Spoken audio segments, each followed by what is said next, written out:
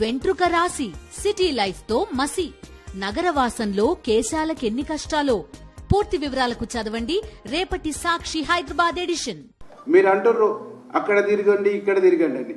మీరు ఏ గ్రామానికి పోతారు? ఏ గ్రామానికి పోయి తిరుగుతారు? ఎందుకు దుబ్బాకలో ఎన్నికలు జరిగినప్పుడు మల్లన్న సాగర్లో మునిగిపోయిన 12 గ్రామాల్లోకి కేటీఆర్ ప్రచారానికి పోయినవా? లేదు ఏ ఎమ్మెల్యేలైనా అక్కడ ప్రచారానికి పోయిర్రా? మీరు నిజంగా నీతివంతమైనటువంటి పాలన, నీతివంతమైన భూసేకరణ చేస్తే మల్లన్న సాగర్లో ఉన్న 12 గ్రామాలకు మీరు ప్రచారానికి ఎందుకు పోలేదు? దుబ్బాక ఉప ఎన్నికల్లో అంటే మీరు చేసిన దుర్మార్గమే, మీరు చేసినటువంటి నీచమైనటువంటి విధానాలే ఇప్పుడు ఉండాలని మీరు కోరుకుంటున్నారు. అట్లా ఉండట్లేదు, అట్లా జరగట్లేదు.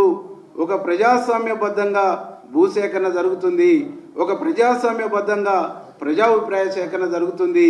ఈ జరగటం ఇష్టం లేకనే ఇది జరగనీయొద్దు, ఇది జరిగితే ప్రభుత్వానికి పేరు వస్తుంది, ఈ ప్రాంతంలో ఉద్యోగాలు వస్తాయి, ఈ ప్రాంతంలో ఉద్యోగాలు రాకుండా ఇండస్ట్రియల్ డెవలప్మెంట్ రాకుండా, ఈ ప్రాంతంలో భూముల రేట్లు పెరగకుండా, ఆ ప్రాంతంలో భూములు ఖరీదు పెరగకుండా మీరు కుట్రపూరితమైనటువంటి విధానాన్ని, కుట్రపూరితమైనటువంటి వైఖరిని అవలంబిస్తారు. ఇలా అభివృద్ధి అంటేనే సిద్దిపేట, అభివృద్ధి అంటేనే సిరిసిల్ల, అభివృద్ధి అంటేనే మెదకు, అభివృద్ధి అంటేనే మీకు పోయే దారిలో ఆ ప్రాంతంలో అభివృద్ధి కావాలి తప్ప మిగతా వెనుకబడినటువంటి రంగారెడ్డి, వెనుకబడినటువంటి మహబూబ్నగర్, వెనుకబడినటువంటి నల్లగొండ ఇది అభివృద్ధి కావటం మీకు ఇష్టం లేదు. ఈ ప్రాంత ప్రజలు చల్లగుండటం మీకు ఇష్టం లేదు. కాబట్టే ఈ దుర్మార్గానికి ఒడిగడుతుండ్రు, కాబట్టే ఈ దుర్మార్గాలకు పాల్పడుతుర్రు. ఈ దుర్మార్గాలు ఇవన్నీ కూడా ఆపుకోవాలని చెప్పేసి హెచ్చరిస్తున్నాం.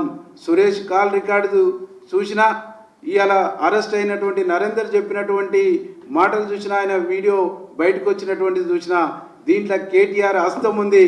ఖచ్చితంగా విచారణ చేసి కేటీఆర్ని విచారించి దీంట్లో ఆయన పాత్రను బట్టేసి శిక్షించాలని చెప్పేసి మేము ప్రభుత్వాన్ని రిక్వెస్ట్